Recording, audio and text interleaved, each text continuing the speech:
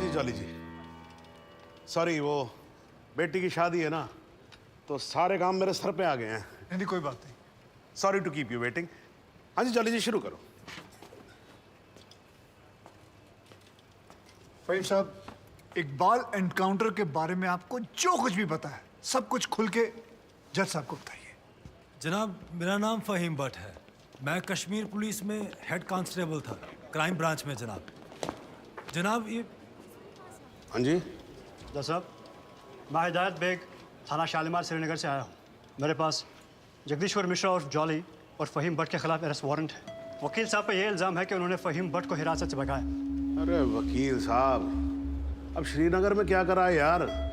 यार मतलब हद ही है आजकल वकीलों की। हाँ जी माथुर साहब। जी श्रीमान, बहुत दुख की बात है कि कानून की रक्षा करने वाले ही कानून के साथ जब खिलवाड़ करेंगे तो समाज भ्रष्ट हो जाएगा श्रीमान, प्रजातंत्र नष्ट हो जाए। मेरे हिसाब से तुम्हें सरेंडर कर देना चाहिए। रही डेट की बात, केस की बात, तो हमें कोई भी डेट दीजिए, हमें कोई आपत्ति नहीं। जनाब, आप चाहेंगे तो कोर्ट खत्म होते ही हम दोनों कश्मीर पुलिस को सरेंडर कर देंगे, लेकिन उससे पहले आप फ़हीम भट्ट का बयान जरूर दर्ज कर लीजिए। ये मेरी हाथ जोड़ के विनती है आपसे। देखो वकील साहब, आप मुझसे तो कुछ उम्मीद रखो नहीं, समझ में आया नहीं आया? नहीं मैं बहुत झेल चुका हूँ आपको। नहीं, ये निरूपा राय की एक्टिंग मेरे सामने करने की जरूरत नहीं है। मासूम सा चेहरा मत बनाओ। इंस्पेक्टर साहब, आप गिरफ्तार करो इनको। जनाब सिर्फ 5 मिनट लगेंगे, बयान ले लीजिए, मुझे फिर बाद में चलो मेरी बात सुनो। अरे लेके जाओ भाई। अरे भाई सुनो, वकील साहब को बोला ले जाने के लिए, इनको थोड़ी ना बोला इनको कटघरे में वापस लेके आओ। चलो जज साहब, वारंट तो दोनों के खिलाफ है। अरे भी जानता हूं, मैं जानता हूं, लेकिन ये फ़हीम भट्ट जो है ये तो लिस्टेड विटनेस भी है ना, तो इनकी स्टेटमेंट रिकॉर्ड कर लेते हैं। और आप एक काम करो, रिकॉर्ड होने के बाद ना आप दोनों को साथ ले जाना। हाँ जी जाओ जाओ। लेकिन श्रीमान, ये स्टेटमेंट तो अगली डेट को भी रिकॉर्ड हो सकती है। माथुर साहब देखो क्या है, कल से मैं 2 महीने की छुट्टी पे जा रहा हूँ। बिटिया की शादी है, आपको तो मालूम है ना। मतलब मैं कार्ड भेजूंगा, आपको आना होगा। हैं जी हैं। तो मैं क्या सोच रहा था कि सारे पेंडिंग केसेस खत्म करके जाऊंगा, इसीलिए 6 बजे के बाद भी देखो कोर्ट चालू है मेरी। लेकिन श्रीमान, एक आदमी जो पुलिस कस्टडी से भागा हुआ है उसकी स्टेटमेंट कैसे रिकॉर्ड हो सकती है? इस विटनेस की कोई क्रेडिबिलिटी नहीं। नहीं क्या है माथुर साहब, 2 मिनट की बात जी। हाँ जी, रिकॉर्ड हो जाएगा स्टेटमेंट, उसके बाद हम आपके यहाँ कौन हैं जी। माफ कीजिएगा, ये ठीक नहीं हो रहा है सर, आप गलत कर रहे हैं सर। नहीं मैं गलत नहीं कर रहा हूँ, जज को मत बताओ आप, उसी के कोर्ट में कि वो गलत कर रहा है। ये मत करो आप। देखिए मैं खुल के बोल रहा हूँ सर, सॉरी, क्षमा चाह, लेकिन आप गलत कर रहे हैं सर। आपके दिल्ली के किस्से मैंने सुने हुए। हाँ, आप किसी की चलने ही नहीं देते थे, जो मन में आता था वो करते थे, उद्दंड आदमी की तरह बिहेव करते थे सर। कुर्सी पे बैठ के आप तुगलक न समझिए, ये दिल्ली नहीं अवध है। क्या बोल रहे हो आप मुझे? तुगलक बोल रहे हो आप मुझे? मतलब सन की समझ के रखा हुआ है? माथुर साहब, अगर हार्ट का मरीज नहीं होता ना मैं, तो आपको बताता इस कुर्सी पे बैठ के कि असली तुगलक होता क्या है। एक मिनट सर। नहीं, आप एक बार बैठ कर देखो इस कुर्सी के ऊपर, ना बाईपास सर्जरी हो जाए, मेरा नाम बदल देना आप। हाँ जी, ये सब मत करो, आप बैठो, कार्रवाई शुरू करते हैं। हाँ जी। नहीं सर, ये नहीं होने दूंगा मैं। क्या होने नहीं दोगे? मतलब क्या है? सर ये आपत्तिजनक बात है सर, ये इसमें कोई आपत्ति नहीं है। आप जो हो रहा है होने दो, मैं बैठा हूं, मैं कर रहा हूं ना सब, मुझे गलत मत साबित करो। सर अगर आपने जबरदस्ती की तो मैं यहीं पर अदालत में धरने पे बैठा हूं। क्या धरने पे बैठ गया? अरे क्या लीजिए। अरे क्या कमाल कर रहे हो आप सच में बैठ के क्या बच्चों वाली बात कर रहे हो? खड़े हो जाओ। बिल्कुल यहीं बैठा रहूंगा। अरे मत बैठो भाई, वहां पर पोछा भी ढंग से नहीं लगाते हैं लोग कोर्ट के अंदर। प्लीज खड़े हो जाओ माथुर साहब, प्लीज खड़े हो जाओ। मैं धरने पे बैठा हूं, धरने पे बैठा रहूंगा। यहाँ मीडिया देख रहा है, आपको कोई फर्क नहीं पड़ता है क्या? अरे तो सर मीडिया भी तो देखे ना कि बाहर के जज आकर कैसे अपने ईगो को सेटिस्फाई करने के लिए कोर्ट को अपना घर समझ लेते हैं। मैं यहीं पे बैठा हूं और बैठा रहूंगा। इनको जो लिखना है लिखो। मतलब आप नहीं उठोगे ना। तो बैठे रहो, और आप ही क्या बैठोगे भाई, मैं भी बैठूंगा आपके साथ साथ वहां पर। भाई पता लगे सबको कि वकील ससुरे क्या क्या करते हैं कोर्ट में। तू वहीं पर। हाँ जी मैडम जी, जरा हटो, आप पकड़ो कुर्सी को, पकड़ो। हाँ जी, थैंक यू जॉली। हाँ जी माथुर साहब, अब तो आप बैठो और बैठेंगे हम, और आज देख लें इसमें कितना है दम। ठीक है ना?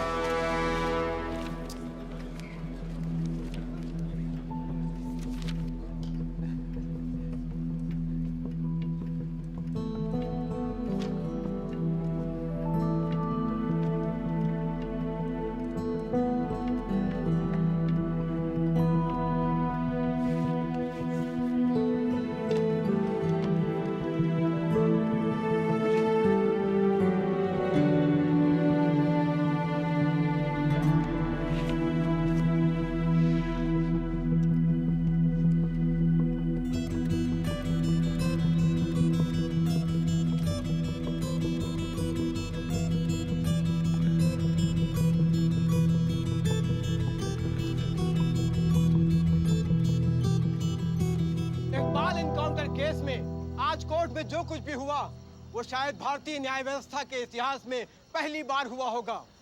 एक विटनेस की हाजिरी कराए जाने को लेकर डिफेंस लॉयर प्रमोद माथुर और जज सुंदर लाल त्रिपाठी के बीच तीखी नोकझोंक हुई और वो दोनों एक दूसरे के खिलाफ कोर्ट रूम में ही धरने पर बैठ गए।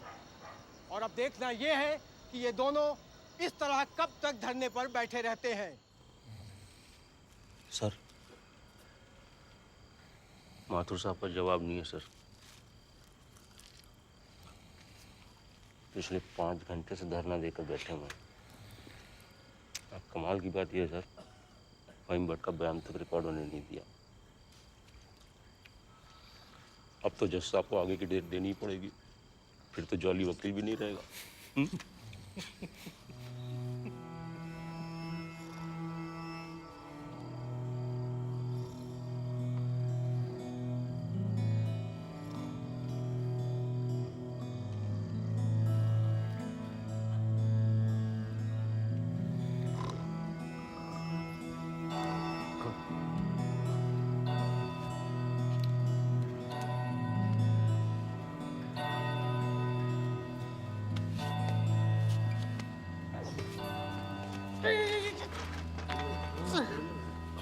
सर,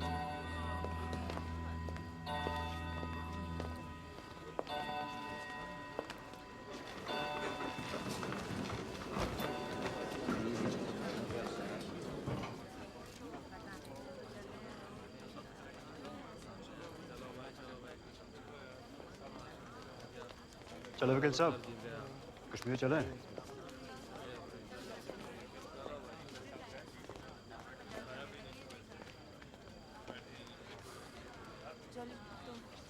मैं चलता हूँ। अपना ध्यान रखना, ठीक है?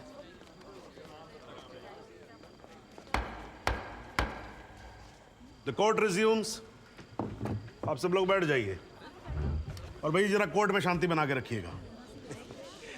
श्रीमान, इट इज मिडनाइट 12। आप हमें अगली कोई भी डेट। तो माथुर साहब, आपकी पिछली डेट क्या थी? 13 अगस्त, हैं जी? अब हो गई 14 अगस्त। तो आपकी अगली डेट है 14 अगस्त 12:05 AM। श्रीमान, आधी रात बीत चुकी है, प्रोसीडिंग में तो सवेरा हो जाएगा। आजकल तो सुप्रीम कोर्ट भी भाई 3-3, 4-4 बजे तक काम करता है। थोड़ा हम भी सीख लेंगे तो क्या फर्क पड़ जाएगा, हैं जी? Please sir. नहीं नहीं, देखिए माथुर साहब, आपको धरना देना था, आपने धरना दिया, मैंने कुछ नहीं बोला, है जी? अब आपको वॉकआउट करना है तो आप वॉकआउट कर सकते हो, लेकिन आज ही की रात फहीम भट्ट की स्टेटमेंट यहां रिकॉर्ड होगी, है जी?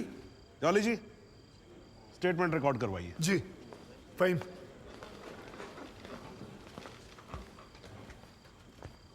जनाब, बहुत बहुत शुक्रिया। फहीम साहब को बताओ क्या क्या हुआ था।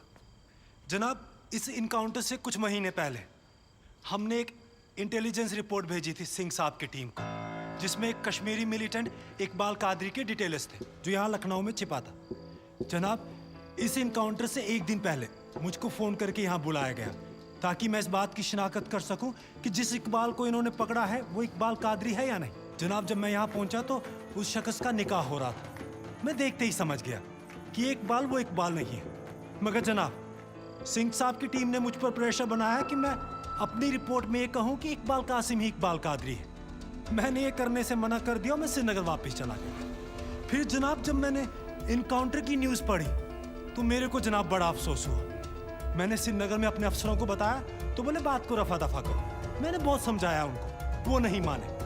जब वो नहीं माने तो मैंने दिल्ली में सेंट्रल एजेंसी को इस इनकाउंटर की कंप्लेन कर दी। मुझ पर कंप्लेंट वापस लेने के लिए बहुत प्रेशर डाला गया। फिर मैं नहीं माना तो इन्होंने क्या किया जनाब, एक दिन मुझको गिरफ्तार कर लिया, एक झूठा मुकदमा बनाकर मुझे जेल में डाल दिया जनाब, और मेरे को जनाब महकमे से भी बाहर कर दिया जनाब मेरे को। शुक्रिया जनाब। माथुर साहब, आप कुछ कहोगे या नाराज हो अभी तक? अरे नहीं नहीं श्रीमान, आपकी नाराजगी मोल लेकर अपनी दुकान थोड़े बंद करवानी है। मगर मैं तो ये पूछना चाहता हूँ, आप तो गुस्सा नहीं है? नहीं नहीं, मैं नाराज और आज कुछ नहीं हूं, लेकिन यार अगली बार से तुगलक मत बोलना मेरे को, हाँ जी माथुर साहब, मतलब इस कोर्ट में बैठे बैठे मेरे बाल सफेद हो गए। I think I deserve some respect. क्षमा प्रार्थी हूँ श्रीमान। ठीक है, आप शुरू करो। फाइन बट आप माननीय न्यायाधीश महोदय को बताएंगे कि ये केस क्या है, इस अदालत में हम किस सच्चाई की खोज कर रहे हैं। ये कि कांस्टेबल भदौरिया और इकबाल की मौत कैसे हुई। तो आपने अभी जो राबी चिनाब झेलम जैसी लंबी कहानी सुनाई है, उससे कहीं ये साबित होता है कि इन दोनों की मौत कैसे हुई? क्योंकि मौके वारदात पे आप तो थे नहीं। जी नहीं, लेकिन ये तो पता चल। लेकिन वेकिन कुछ नहीं। अगर कोई और फिल्मी कहानी सुनानी हो तो जज साहब को सुनाई। इनको फिल्मों में बहुत इंटरेस्ट है, मुझे बिल्कुल कोई दिलचस्पी नहीं है। मुझे तो मेरे प्रश्न का सीधा साधा जवाब दे दो यार, यस और नो। जी नहीं। Very good, well done. Fine but ये अगस्त 2010 में कश्मीर पुलिस ने कुपवाड़ा इंसिडेंट में तुमको 6 महीने के लिए सस्पेंड कर दिया, क्यों? जनाब, इस सवाल का हमारे केस से क्या संबंध है? पंडित जी, अगर कोई संबंध नहीं हुआ ना तो काला कोट पहनना बंद कर दूंगा। मैंने आपसे कहा था ना, आपकी तरह कान घुमा कर नहीं पकड़ूंगा, सीधे पकड़ूंगा, कस के पकड़ूंगा। जाऊं? जाइए सर, नहीं तो आप फिर धरने में बैठ जाओगे। तो क्यों सस्पेंड किया? मुझ पर एक आदमी की कस्टोडियल डेथ का इल्जाम था। मतलब तुमने किसी की जान ली थी? जी नहीं, मैंने उसे अरेस्ट किया था शक के बिना पर। उसे चौकी ले जा रहे थे हम पूछताछ के लिए। बहुत डरा हुआ था, उसने घबरा के पुलिस वैन से छलांग लगा दी। पीछे से ट्रक आ रहा था, वो मर गया। फाइन बट एक बात बताओ, चलती वैन में तुम्हारी पकड़ से एक आदमी डर के मारे कूद सकता है, तो क्या ये मुमकिन नहीं है कि उसी डर के मारे कोई अपराधी कूद जाए, कांस्टेबल की बंदूक छीन ले और भागने की कोशिश करे? जनाब, लीड किया जा रहा है विटनेस को। Objection overruled, please sit down. जी ऐसा हो सकता है। तो खुल के कहो ना गुरु, हम सब अच्छी तरह से समझते हैं कि तुम्हारे साथ ऐसा हो चुका है। तो तुमसे बेहतर कौन बता सकता है कि ऐसा किसी के साथ भी हो सकता है, राइट? जी। Very good. बस अब एक आखिरी सवाल। तुमने अभी अपने स्टेटमेंट में कहा कि तुमको 6 महीने के लिए सस्पेंड कर दिया गया था। तुम्हारे खिलाफ केस क्या बनाया गया? मुझ पर इल्जाम था कि मैंने एक कॉन्फिडेंशियल इंफॉर्मेशन दुश्मन को सप्लाई की। मगर वो इल्जाम झूठा है जनाब। जनाब, मुझे जेल में इसलिए डाल दिया गया क्योंकि मैंने इस मामले की कंप्लेंट सीबीआई को कर दी थी। ये तो तुम कह रहे हो ना, तुम्हारे कहने से मुकदमा झूठा नहीं हो जाएगा और तुम निर्दोष साबित नहीं हो एक मिनट जाओगे। जनाब, साहब भूल रहे हैं कि जब तक आरोप सिद्ध ना हो जाए तब तक आरोपी निर्दोष होता है। That is the point, वकील साहब। That's the bloody point। और श्रीमान, इस तर्क के आधार पर तो इंस्पेक्टर सूर्यवीर सिंह और उनके साथी निर्दोष हुए ना सर।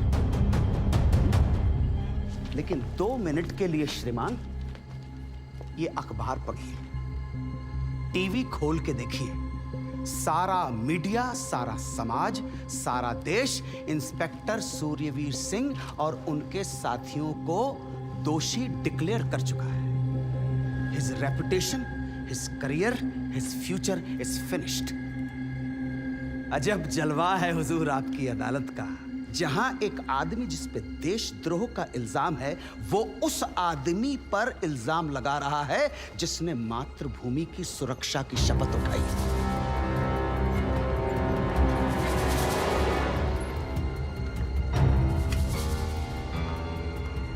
श्रीमान, आज से कई साल पहले इलाहाबाद हाई कोर्ट के बाहर एक बॉम्ब ब्लास्ट हुआ था जिसमें 9 बेकसूर लोगों की जानें गई थी। मृतकों में हमारे बड़े भाई, हमारी भाभी और 7 साल का भतीजा भी शामिल था। इसी आतंकी हमले में हमारे बाबूजी पूजनीय श्री जुगल किशोर माथुर भी घायल हो गए, मगर फिर भी वो आज यहाँ आए हैं। आधी रात को श्रीमान ये देखने आए हैं कि आप किसके साथ खड़े हो। और श्रीमान, मैं ये पूछना चाहता हूं कि क्या ये न्यायालय इतना कमजोर है कि फैसला भी नहीं कर पा रहा है कि देश को सूर्यवीर जैसे अफसरों की जरूरत है या इकबाल कादरी जैसे हत्यारों की? और श्रीमान, अंत में सिर्फ इतना निवेदन करना चाहता हूं कि हम कितना ही अनजान बने रहें, कबूतर की तरह आंखें बंद करके बैठे रहें, लेकिन हकीकत यह है श्रीमान that we are in a state of war.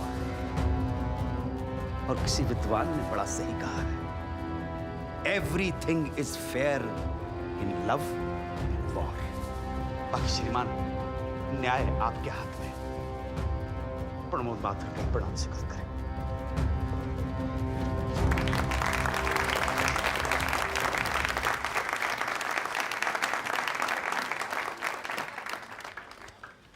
हाँ जी जॉली जी, योर टर्न। जी सबसे पहले तो मैं सिंह साहब से कुछ सवालात करना चाहूंगा। सिंह साहब, आप विटनेस बॉक्स में आइए।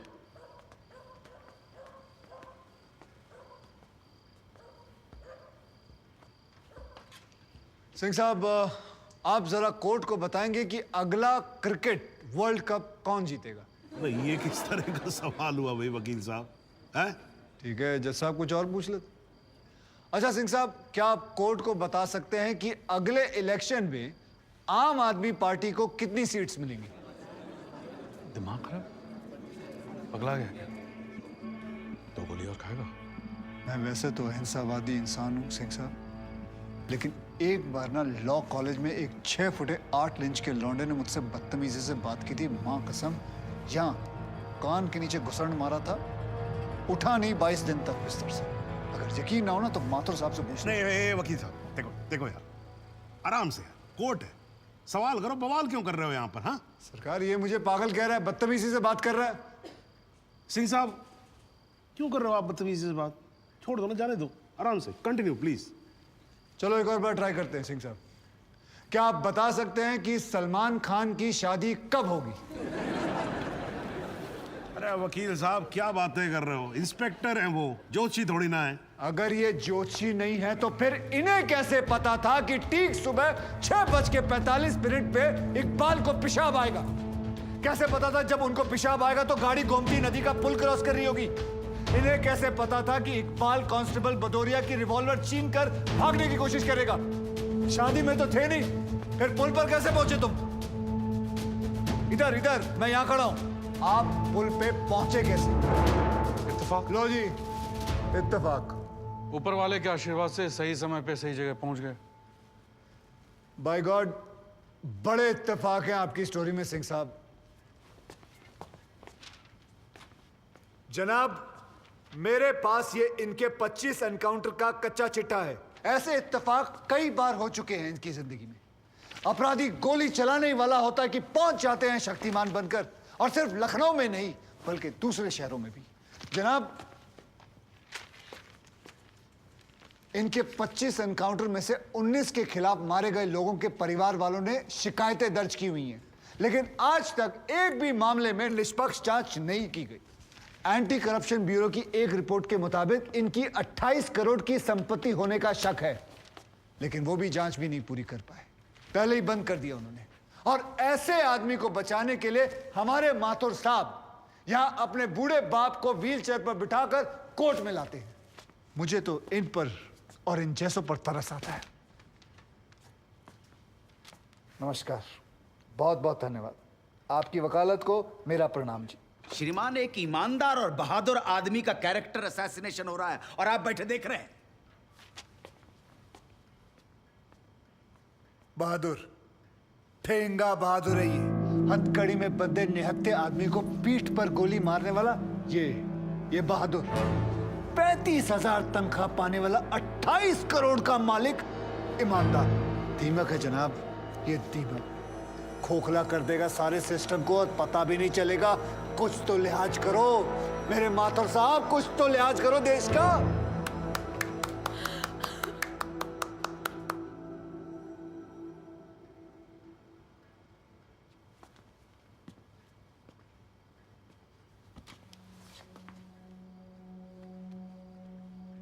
मैं जुगल किशोर माथुर साहब का दर्द समझ सकता हूं। मेरी वजह से तो एक औरत ने अपनी जान ली थी और मैं महीनों चैन से नहीं सो पाया था। लेकिन माथुर साहब ने तो अपनी बेटी, बहू और पोते को खोया। उनका दर्द उनके अलावा इस कोर्ट में सिर्फ एक ही आदमी समझ सकता है, ज़हूर सिद्दीकी साहब। इन्होंने भी अपनी बेटी, दामाद और होने वाले नाती को खोया है। दर्द में ये दोनों एक जैसे हैं जनाब। अब इन्हें जुगल किशोर सिद्दीकी कहूं या फिर इन्हें सहूर किशोर माथुर, कोई फर्क नहीं पड़ता। जनाब, गोमती नदी के पुल पर उस दिन 2 जानें गई थी। एक 12 घंटे पहले दूल्हा बने, हाथों में मेहंदी लगाए इकबाल कासिम की थी, और दूसरी 20 दिन में रिटायर होने वाले कांस्टेबल बलदेव सिंह भदौरिया की। और जनाब, ये हैं कांस्टेबल भदौरिया की पत्नी, जो अपने पति को खो चुकी है और जेल में बंद अपने बेटे की बेल करवाने के लिए कोर्ट के चक्कर काट रही है। अब इन्हें क्या कहेंगे माथुर साहब? मुस्कुराइए, आप लखनऊ में। सच सुना तो नजरें फेर ली माथुर साहब। ओ माथुर साहब, इत्तेफाक सिर्फ तुम्हारे साथ नहीं होते सिंह, ऊपर वाले की बड़ी कृपा है मुझ पर। इस दफा एक इत्तेफाक मेरे साथ भी हुआ है। बाय गॉड, मजा आएगा। पंडित जी को लाइए, लाइए जल्दी।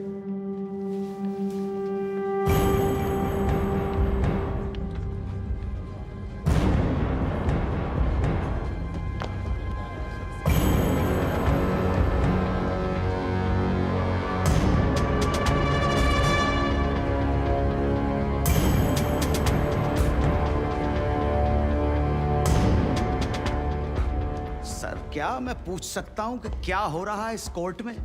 और क्या आप बताने की जहमत करेंगे कि आप ऐसा होने क्यों दे रहे हैं? कौन है ये बाबा सर? इसका इस केस से क्या रिलेशन है सर? ना कोई एडवांस नोटिस है, ना अग्रिम सूचना है। क्या रेलेवेंस क्या है और आप इसे अलाउ कर रहे हैं? जनाब, इस विटनेस का नोटिस देता ना तो ये विटनेस यहां नहीं होता, किसी मुर्दा घर में गड़ा हुआ होता। इस आदमी को मैं पकड़ के नहीं लाया हूं, पुलिस वाले पकड़ के लाए हैं। और जनाब, इस विटनेस का इस केस के साथ डायरेक्ट कनेक्शन है। इंस्पेक्टर साहब, आपने अरेस्ट किया इसको? जनाब, ये वकील साहब एकदम सही कह रहे हैं। इस पंडित का इस केस से सीधा संबंध है। अगर संबंध नहीं हुआ ना, इंस्पेक्टर साहब, नौकरी खा जाऊंगा मैं आपकी। जानते हो ना ये बात? लेकिन जनाब, मैं बिल्कुल सही कह रहा हूं। ठीक है, मैं विटनेस को अलाउ करता हूं। No sir, I object sir, I object. Mathur साहब, मेरी बात सुन। देखो क्या है यार, 3 बजने वाले हैं, बाहर जाएंगे ना बस मिलेगी ना रिक्शा मिलने वाला है। 6 बजे तक तो वैसे ही बैठना हम लोगों को, तो तब तक करवा लेते हैं विटनेस। मतलब हो सकता है कि इसमें कुछ निकली है। हैं जी? चलिए जी, विटनेस बॉक्स में आ जाइए।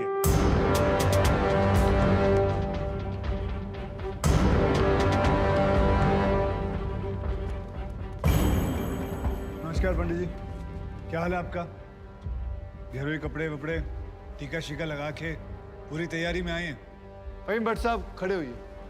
कोर्ट को बताइए कि इन पंडित जी का नाम क्या है? मोहम्मद इकबाल कादरी। हैं जी? मोहम्मद इकबाल कादरी। मोहम्मद इकबाल कादरी। इसको कहां से अरेस्ट कर लिया जी आपने? जनाब, मथुरा से 1 साल से वहां छुपा हुआ था, साधु का भेष बनाकर। ये तो कमाल हो गया। जज साहब, इंस्पेक्टर महोदय झूठ बोल रहे हैं। हमारा नाम इकबाल कादरी नहीं है, हमारा नाम तो रामकृष्ण सारस्वत है। हम तो निरीह ब्राह्मण हैं, ब्रह्मचारी हैं। हाँ, जम्मू के रहने वाले हैं, उस वजह से भाषा में थोड़ी कश्मीरी झलक है, लेकिन हम वो नहीं है जो बताया जा रहा है। ये देखिए हमारा आधार कार्ड और voter ID card. Om Prakash ji, जरा लेके आओ उसे। लाओ जरा, फटाफट लेके आओ। जनाब, ये पंडित सरासर झूठ बोल रहा है। इसने पुलिस को खुद स्टेटमेंट दिया है, जिसमें इसने खुद कहा कि ये इकबाल कादरी है। कंधे के ऊपर उत्तर प्रदेश पुलिस के 2 स्टार लगा रखे हैं। इतना मालूम नहीं है कि पुलिस को दी गई स्टेटमेंट कोर्ट में एडमिसेबल नहीं है। जनाब, ये इंसान एक ट्रेन्ड मिलिटेंट है। नकली आधार कार्ड बनाना कोई मुश्किल काम नहीं है, आप अच्छी तरह जानते हैं। और फहीम भट्ट भी इसको आइडेंटिफाई कर चुके हैं। सर, ये अपनी आइडेंटिटी छुपा रहा है। श्रीमान यहाँ आइडेंटिटी छुपा नहीं रहा है, अपनी आइडेंटिटी बता रहा है। कैसे बताएगा अपनी आइडेंटिटी? हम सब कैसे बताएंगे सर? आप सुंदरलाल त्रिपाठी हैं, मैं प्रबोध माथुर हूँ, ये पंडित जी हैं कानपुर वाले। कैसे पता पड़ेगा? किसी आधार कार्ड से, राशन कार्ड से या पासपोर्ट से। सबूत आपके सामने है सर, संदेह की कोई बात ही नहीं।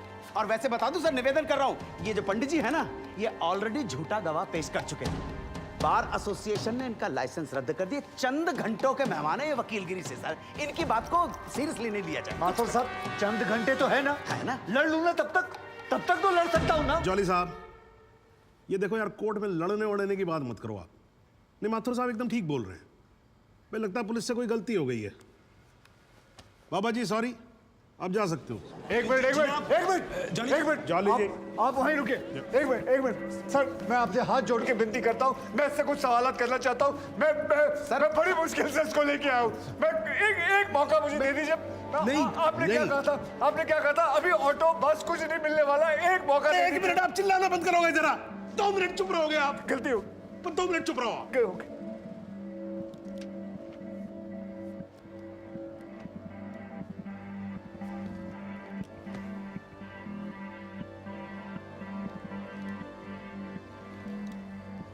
ठीक है, मैं विटनेस को अलाउ करता हूँ। अरे सर, अब क्या सर, व्हाट इज दिस?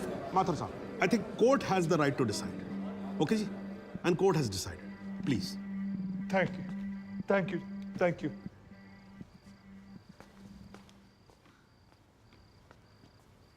तो आप निरी ब्राह्मण ब्रह्मचारी, तो फिर धर्म का बड़ा ज्ञान होगा आपको। अवश्य है। मैं भी कान्यकुब्ज ब्राह्मण हूं, वो भी जनेऊधारी। तो चलिए 2 ब्राह्मणों के बीच में शास्त्रार्थ हो जाए। पूछिए, क्या पूछना है? चलिए गायत्री मंत्र सुनाइए। ओम भूर्भुवस्व तत्सवितुर्वरेण्यम भर्गो देवस्य धीमहि धियो यो नः प्रचोदयात्। बहुत बढ़िया, पूरा नाम बताएं। रामकृष्ण प्रेम कृष्ण सारस्वत। धर्म? हिंदू धर्म में कितने वेद हैं? 4। नाम बताएं। ऋग्वेद, सामवेद, यजुर्वेद, अथर्ववेद। 4 युगों के नाम बताएं। सतयुग, द्वापर, त्रेता, कलयुग। वर्ण कितने हैं? 4। ब्राह्मण, क्षत्रिय, वैश्य, शूद्र। आपका वर्ण क्या है? ब्राह्मण। कौन से ब्राह्मण? गौर ब्राह्मण। कौन से गौर? सांदे गौर। गोत्र? शांडिल्य। प्रवार? वशिष्ठ। वेद? यजुर्वेद। उपवेद? बेतरियाणी। मुख? श्रीमुख। कुल देवता? सप्तसुरी। चरण? वाम। विश्वा? या अल्लाह, इससे आगे भी होता है। क्या कहा आपने? बिस्वा नहीं आपने- पता, नहीं, नहीं पता, बिस्वा नहीं पता। विश्वा से पहले क्या कहा? विश्वा से पहले क्या कहा इकबाल कादरी? लानत है तेरे पे इकबाल कादरी, लानत है। अब तो अल्लाह का नाम भी आ गया जुबान पे। अब तो सच बोल। देख, तू कुछ भी कर ले, तू बचेगा नहीं। कब तक जिएगा झूठ की जिंदगी? अस्तगफिरुल्लाह। वाइनते वन पोस्ट क़यामत की 2 कुछ बुद्धि खुदाइश। मी आईने माझा सिद्ध किया खुदायचे उच्छान कुछ गुन्हेगार सोई कर फैसलन पोस क्या चौपोस केचू ना परवायती करना मिला इंसाफ खुदाए करे इंसाफ पन्नीस दरबार बस इंशाल्लाह। इकबाल कादरी, अगर मैं चाहता था तुम्हारा मेडिकल टेस्ट करवा के ये पता कर सकता तुम कितने बड़े पंडित हो, मगर मुझे तुम्हारी जुबान से सुनना था। कोर्ट को बताओ, तुम्हारा असली नाम क्या है? बताओ।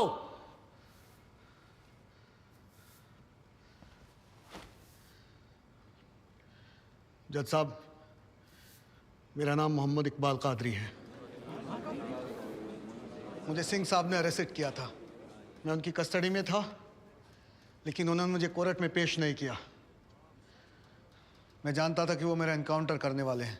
एक दिन मौका देखकर मैंने उनसे कहा कि अगर वो मुझे जाने देंगे तो मेरे आदमी उन्हें बहुत सारा पैसा देंगे, और उन्होंने मेरी बात मान ली। इसे लेके कहाँ जा रहे हैं? सिंह साहब ने आजाद कर दिया। जा रहा आजा। सिंह साहब को कितने पैसे दिए? 50 लाख, 25 लाख एडवांस और 25 एनकाउंटर के बाद। आई ऑब्जेक्ट श्रीमान।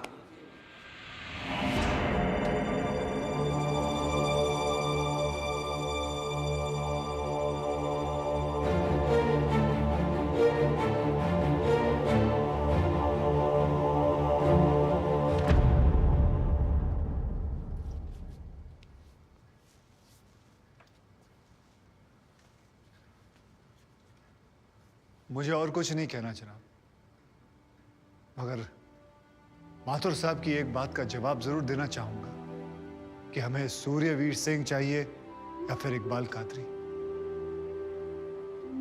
जनाब, हमें दोनों ही नहीं चाहिए। हमें ऐसे कादरी नहीं चाहिए जो बेगुनाह लोगों को मारना जिहाद समझते हैं, लेकिन हमें ऐसे सूर्यवीर सिंह भी नहीं चाहिए जो पैसों के लिए एक मिलिटेंट को छोड़ देते हैं और किसी बेकसूर की जान ले लेते हैं। मैं हिम्मती बहादुर पुलिस वालों को सलाम ठोकता हूं, झुककर सजदा करता हूं, लेकिन जिसके हाथ किसी बेकसूर के खून से रंगे हों उसे मैं वही कहूंगा जो वो है, कातिल। और ऐसे राक्षसों से बच के रहिएगा माथुर साहब। किसी ने 25-30 लाख ज्यादा दे दिए तो क्या पता अगला इत्तेफाक आपके साथ हो जाए।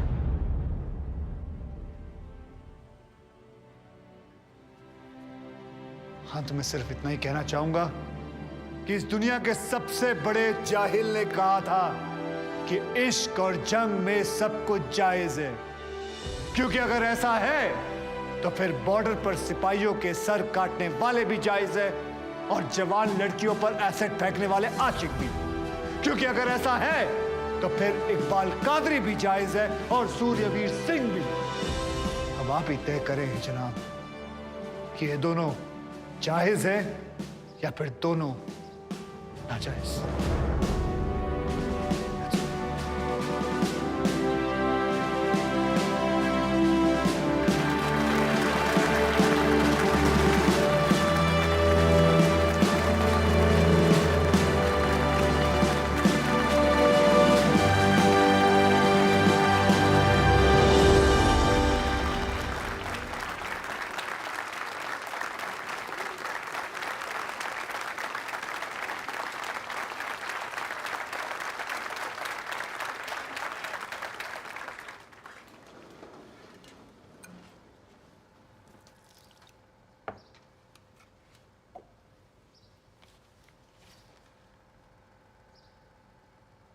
सालों में एक बार कभी कोई ऐसा केस आता है जब इस कुर्सी पे बैठने का अफसोस नहीं होता है।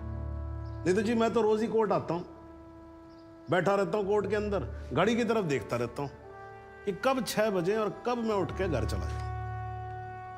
क्या करें जी, न्यायपालिका की हालत ही कुछ ऐसी है। ये देखो जी, ये अंधेरे बदबूदार कमरे जिन्हें कोर्ट कहा जाता है। भाई साहब, इसमें हम जैसे जजों का आने का मन नहीं करता। आम जनता की बात तो क्या करें। हाँ जी माथुर साहब, ठीक बोल रहा हूं ना मैं? ये मतलब 3 करोड़ से ज्यादा केसेस पेंडिंग है इस देश के अंदर, और कुल मिलाकर जज कितने हैं? 21,000। यानी देखा जाए तो 1 लाख लोगों पर एक जज। डेट पे डेट पड़ती रहती है। हाँ जी, लोग आते रहते हैं, हताश होकर घर जाते रहते हैं। लेकिन फिर भी आज भी हिंदुस्तान में जब कहीं 2 लोगों के बीच में झगड़ा होता है ना, कोई विवाद होता है, तो एक दूसरे से क्या कहते हुए पाए जाते हैं? I will see you in court. क्यों करते हैं भाई लोग ऐसा? हाँ जी, क्योंकि आज भी लोग भरोसा करते हैं, न्यायपालिका पे। उनको भरोसा होता है कि अगर सरकार उनकी बात नहीं सुनेगी, प्रशासन उनकी बात नहीं सुनेगा, पुलिस उनकी बात नहीं सुनेगी, तो कोर्ट सुनेगी उनकी बात, सुनेगी और न्याय देगी। इसलिए भाई साहब, इस कुर्सी पे बैठा मेरे जैसा हर आदमी, उसका यह कर्तव्य बनता है कि वो इस भरोसे को ना टूटने दे। इस कोर्ट में पेश किए गए सभी गवाह और एविडेंसेस, एक बात तो एकदम साफ हो जाती है कि 13 अगस्त को गोमती नदी के पुल पे जो भी हुआ वो अचानक होने वाला एनकाउंटर नहीं था, बल्कि एक सोची समझी साजिश के तहत की जाने वाली हत्या थी। इसलिए ये कोर्ट इंस्पेक्टर सूर्यवीर सिंह और उनके सभी साथियों को आईपीसी सेक्शन 302, 201, 182 और 340 के तहत हत्या, एविडेंस मिटाने, कोर्ट को गुमराह करने और झूठे सबूत पेश करने का दोषी मानते हुए लाइफ इम्प्रिजनमेंट की सजा सुनाती है। और यह कोर्ट शहीद कांस्टेबल बलदेव सिंह भदौरिया के पुत्र राम कुमार भदौरिया को तुरंत रिहा करने का आदेश भी देती है। The court is adjourned.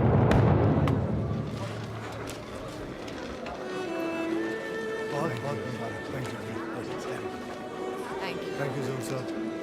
आजा जरा रास्ता दे दीजिए प्लीज।